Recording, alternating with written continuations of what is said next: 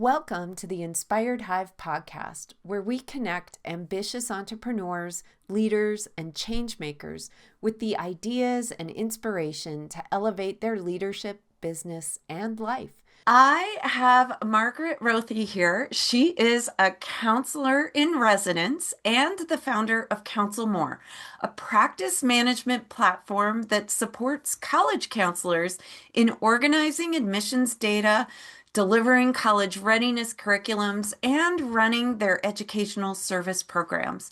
She also recognized a need for better systems to support a growing industry of independent college counseling. Margaret has scaled CounselMore to serve over 1,000 educational consultants and powers independent and high school college readiness programs worldwide. I've been following Margaret for a while now, and I have been so inspired by her energy and her eagerness to engage with youth who are applying to college. She provides practical tips and ideas that really demystify the process. I'm thrilled to connect with you, Margaret, and to have this conversation today. Welcome to the Inspired Hive podcast. Thank you. Thank you so much. That was incredibly nice of you. Thank you. I am just so thrilled. You have such a great energy. I see it come through in the social media that I've been following, but I can tell that you are really inspired by folks to not only kind of help them with their transition to college, but also help your colleagues who are helping others transition to college. And that really resonated so deeply with me because that's where my journey has been as well. And I'm so curious to learn about your story and hear about where your journey began. Oh, that's wonderful. I'm very excited. I'm equally excited to talk to you because I have been following the stories and what you are inspired by. Where did your story start? How did you get to be doing what you do? Oh, hmm. Okay, so I love student affairs, first of all. And the age group of 18 to 22 seems to be my wheelhouse. And when I was going to undergrad, I wasn't sure what I wanted to do. I wound up going to a school because other students I knew were applying to that school. Now, let me reframe this because it's the 80s. US News and World Reports had just started doing rankings and sending surveys to high school counselors. So that had just started. So that this message of scarcity had not yet gone rampant yet. So I just went to where other students I knew were going. And my dad looked at the price and was like, okay, I guess we can afford that. I just wound up going to that school. And I had a horrible first year because I didn't know why I was there. And I just sort of, bumped into walls until the year was over and then I left. But while I was there, I had another friend who had chosen a different school. And she said, well, that's not the experience I'm having. You should come and try my school. I went there. I stayed for 3 days. I got to go to classes. It was very cool. And then that felt good. So I had the experience of knowing a wrong fit and a right fit. Fast forward, I got a scholarship. I'm now studying in London. While I'm studying in London, my room gets broken into. So I go to the director of residence life and I'm going to complain. I want to see your manager. So as an American, I go to the British residence life office and they're like, yeah. So what have you done to take responsibility for this situation was the first thing that came out. And I was like, well, nothing because I'm 20 and we don't take responsibility for things. So am I supposed to do that? So this incredible woman who turned out to be my mentor to this day, her name is Dr. Jane Rosser. She is an exceptional educator. What she said to me in that office was, oh, so this is what you think should be happening in the building. Interesting. I've taken notes on what you think should be happening. And now you're the resident director. So you have the full power to make that happen. Shut up and do it. And I thought that she was blowing me off and that I needed to just leave her office and that I was just being greeted with sarcasm. So I left. And then 2 weeks later, I saw her and she said, how is the job coming? And I was like, ha ha ha. She must be kidding. And she gave me such a stern look that it was something in that look that told me, here's your opportunity. And in that moment, I think I grew 100 years and Wow. I took the job on. And I then worked the next 2 years to do everything to make Dr. Rosser proud of me. Every time she said I screwed up, boy, I knew I screwed up. And she saved my tush a lot. But to make her proud of me was my number one goal. And after 2 years, she said, you're student affairs. Hmm. Yeah, and she pointed out some things that I had done with students that just showed that I had an instinct. And then so I went further into working with students who were coming from the United States and doing student orientation, but then also taking those American students to other countries, and then really learning how to serve that age group. Yeah. And then I came back to the States, worked at a few more universities, earned my master's degree. The University of Connecticut, the Neag School of Education, has a program for higher education student affairs. It is a very difficult program, and they chiseled and polished me into a student affairs professional. Yeah. What a powerful journey. First off, to land in the office of someone who sees your potential when you don't necessarily recognize it, that you have it. And that then to realize all of these are learning opportunities to grow and build those skill sets along the way. And there's so many folks that I talk with that are afraid to fail at something or afraid to mess up or make a mistake. And yet those are all our learning opportunity times, right? Of, trying it and tweaking it and maybe even bombing it until we like figure out how that lands. It just sounds like so much of that time of your story and your journey was in that same age bracket of who you're working with now. So, so awesome to see that full circle. It truly is. So every time when a student has really given me a hard time, I try to remember how gracious Jane was with me Hmm.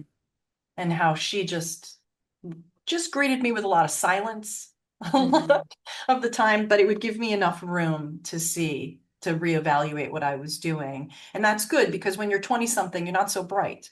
You're really not. You don't have a lot of experience, but you have a lot of energy and you have Yes. commitment and conviction, but how is not there. So I Hmm. I I do I truly enjoy serving that population, but that's not who I serve now.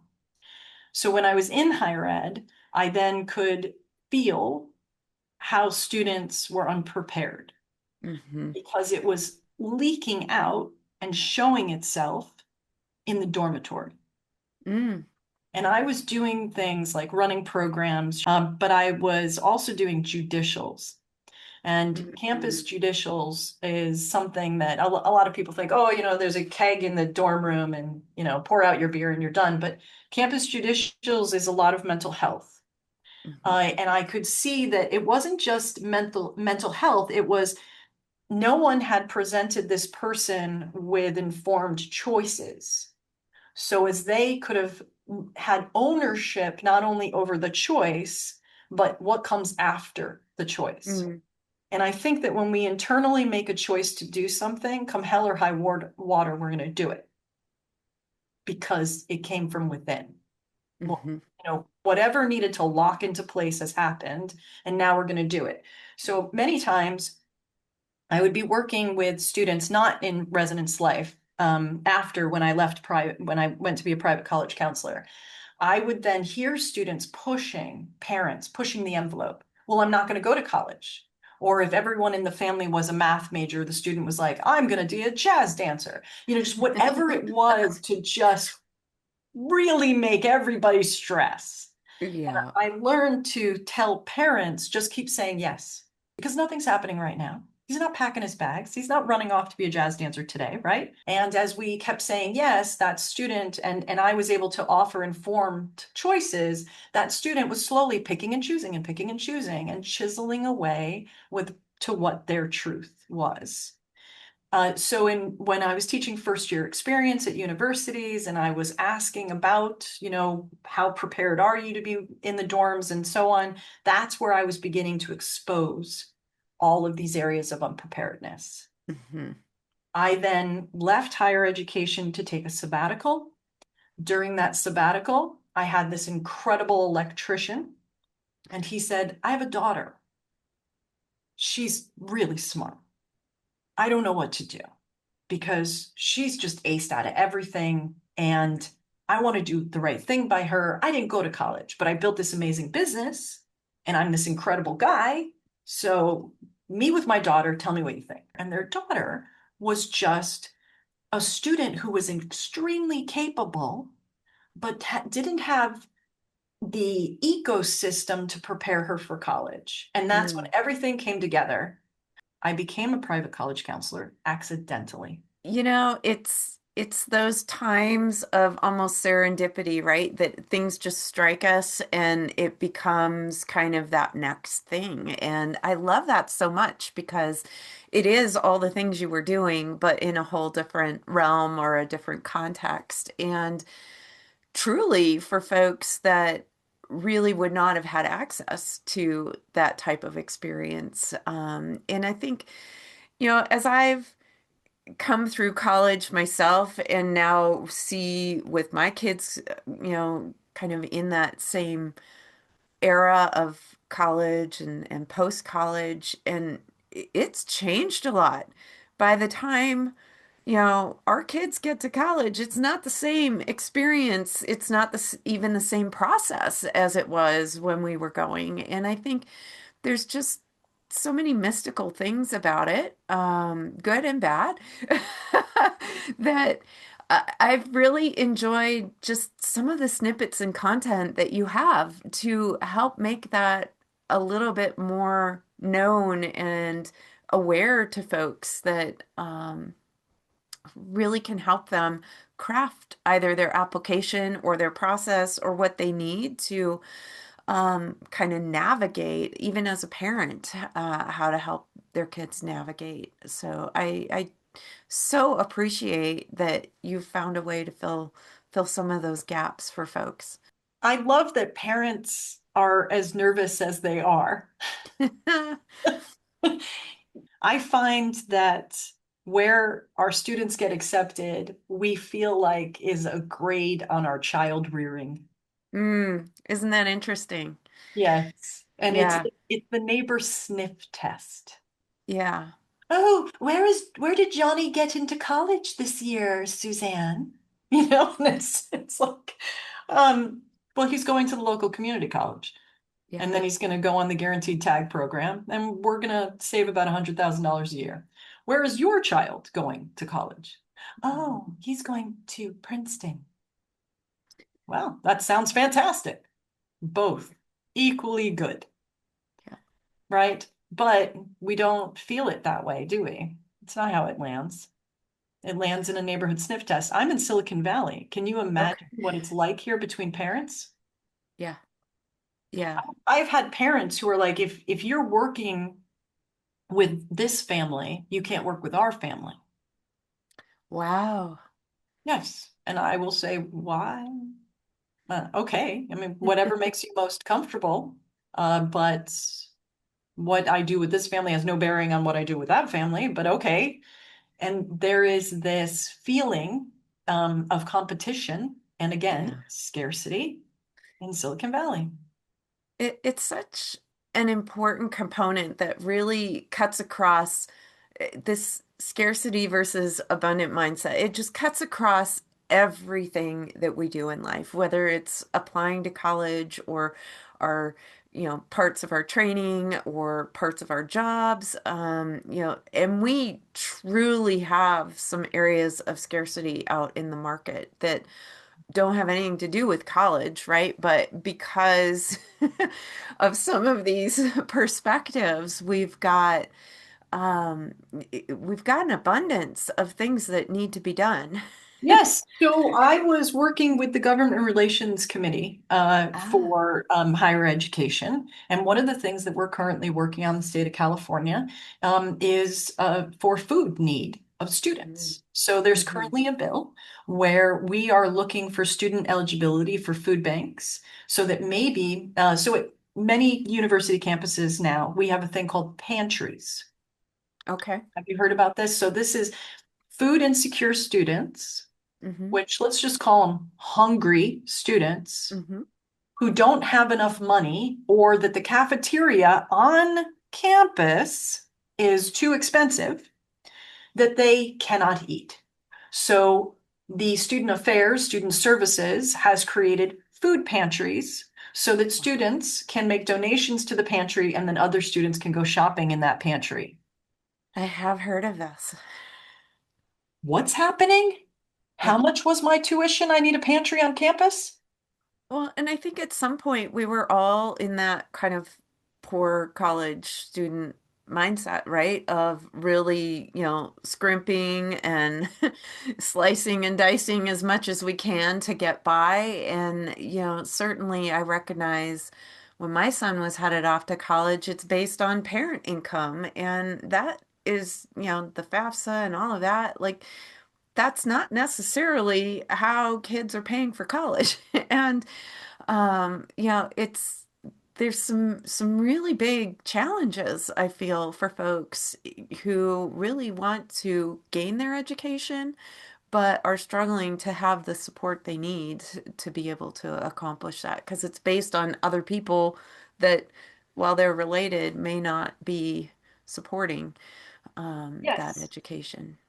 No, it is not. And the big, beautiful bill, I think that most of us were not completely sure of everything that was in the big, beautiful bill. There was a lot in there. So we are slowly unpacking it.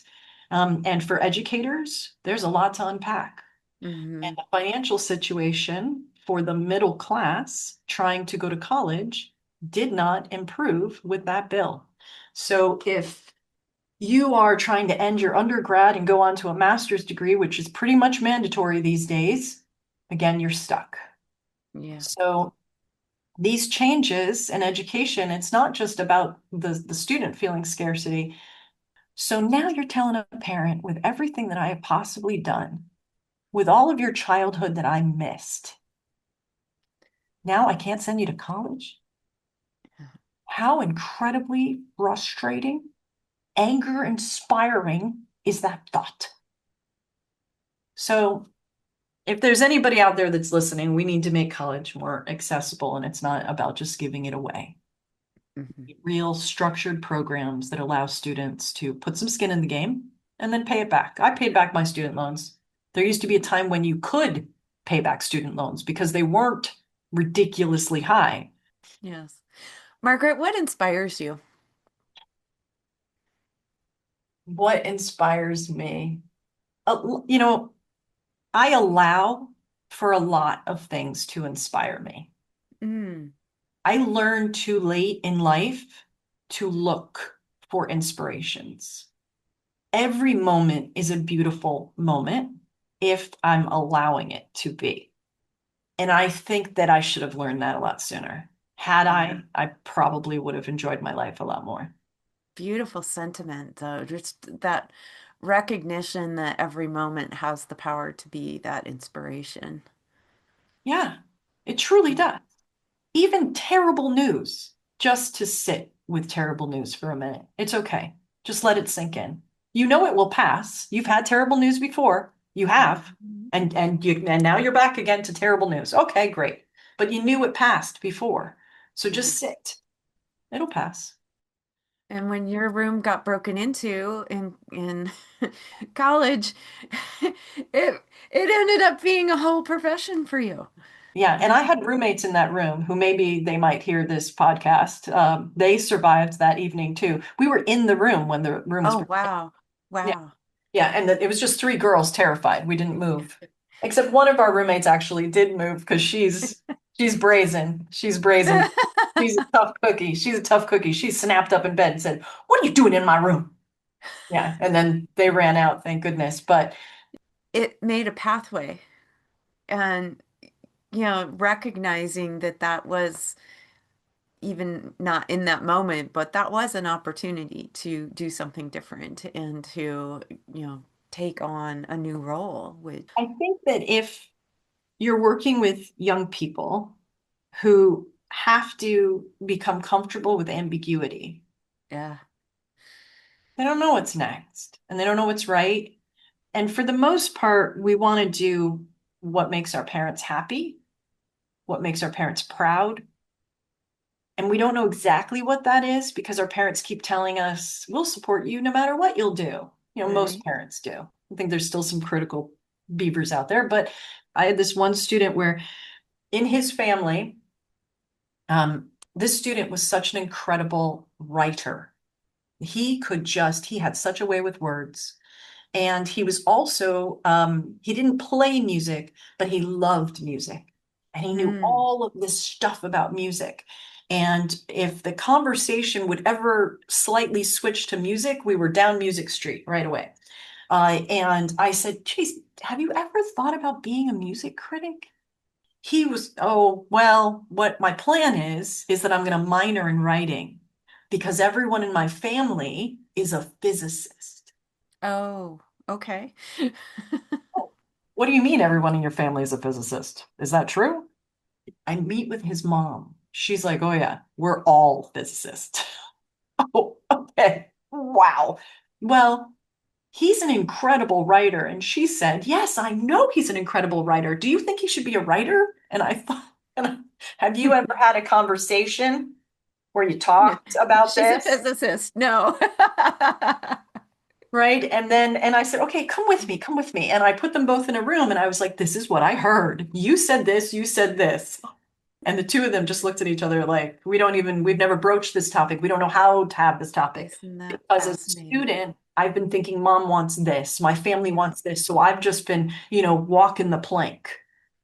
I'm going to be a physicist. So anyway, he is now a music critic. Ah, I His love it. family loves his writing. And if they want to listen to music, he is their go-to. Yeah. It's so powerful, one, the conversation and being able to help folks have that conversation. And, you know, I have folks I work with who are, you know, either out of college and still wondering what it is they're going to do for their career, or, you know, just transitioning into college and not sure because it's a candy store of everything available. And having someone to talk to about what you're good at, what the strengths are, what your interests are, it's sometimes very missed in the family because there's all that other layer of family legacy or the family, whatever the family business is, whether it's physicists or lawyers or whatever.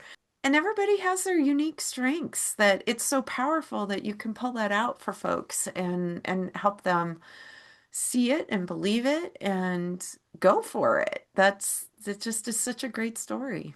Oh, thank you so much. I do enjoy my work. I really do. I love it. What's the biggest lesson that you've been blessed with in your journey? I have had so many blessings. I Mm. have I have had incredible people in my life who have gone out of their way to help me. And I am incredibly grateful for that, especially my mentor when it comes to education, because there's no way I would not be half as good if it weren't for her. But when I was very, very young, my mother passed away. Mm. And I think that that was a place where I stayed for a really long time. And it took about 20 something years for me to realize that the loss was a blessing. My experience gave me a gift to lose so incredibly deeply that very, very little could ever get to that lowest point of me. So I've been so flippin' low that I can't ever get that low again. Hmm. I've come back. So my low point has a new level. And then in my 20s, I lost my father, and that hit hard too. I think because I took my lickings really young, Mm-hmm. that has made me more resilient. And I'm able to see that loss as an incredible blessing now, and all of the joy and beauty that I was given when I did have them, and Mm-hmm. how magnified that incredible time is. And what a powerful mindset to see that on the growth side, that, these are probably some of the most tremendous things you can experience in life, yet you see you can move through that and that you can grow and journey on. And I think there are such powerful experiences that folks have that they kind of still are stuck in that time. And just to know that others can see the shift in that after is so powerful too. So thank you so much for sharing that. Oh, you're welcome. It's a big part of my story, so I don't feel like it's an overshare. Um, Something that in my presentation yesterday at the conference and working with people who are mid-career and thinking about their next career transition, one of the things that I gave them was that whatever you're doing right now, or you're in your job and you're dreading going to work, try to remember why you took the job. Mm, There was something in the job posting that you read and you said, "Oh, I could do that." Or there maybe it was the salary line and you were like, "I just want to earn that." hmm Or maybe it's that you work at a coffee shop and the only nice word that you hear is thanks. Thanks for my coffee, right? But then I would challenge you to live for the thanks. Never mind steaming the milk. Never mind taking the order. Never mind the register. Never mind the rest. Blur all of that. Look for the one thing, the reason why you took the job in the first place. I met with a teacher yesterday who was like, I had a student yell at me from across the campus, "Thank you." Oh, And she said that thank you has been echoing in my head for 48 hours and I'm thrilled with it. oh, I love this advice so much. I mean, it's like not only is it remembering the why and kind of digging into that, but it's also celebrating every time you kind of get confirmation of that. And I speak into that a lot of celebrating the small things because it really is the culmination of those small things that really brings that whole picture or the puzzle together. So yeah, find the inspirational moments. Margaret, what do you have going on? I give everyone a chance to kind of brag on themselves for just a moment and share what's new or what's coming down the pike. So so I work for CounselMore, college counseling software. We welcome independent educational consultants of all walks of life.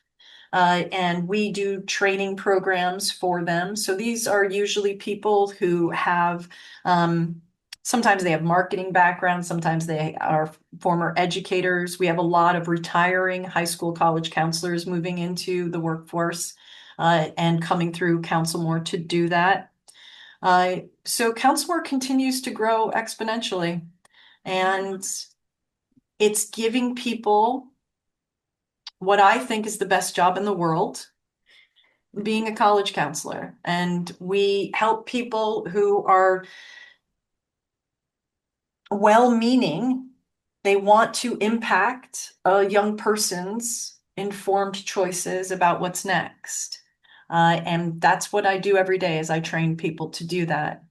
And I enjoy it. I really enjoy the inspiration of it all. I love it. And thank you so much for sharing that. As we're wrapping up, I always have a quote to kind of finish the episode. And, I never know what really we're going to talk about other than kind of your story and your journey. But there was a quote jumped out at me today, and it's from Audrey Hepburn. And it says, "Nothing is impossible. The word itself says, I'm possible." And how fitting, because it just really is a summary of all the things that you've shared with us today. And I am just so very grateful to be able to have this conversation. Thank you so much for being here. Hey, thanks for tuning into this episode of the Inspired Hive podcast. Don't forget to follow us on social media at Inspired Hive Podcast and hit that subscribe button so you never miss an episode. I'm looking forward to connecting with you again. And as always, remember, be inspired and live inspired.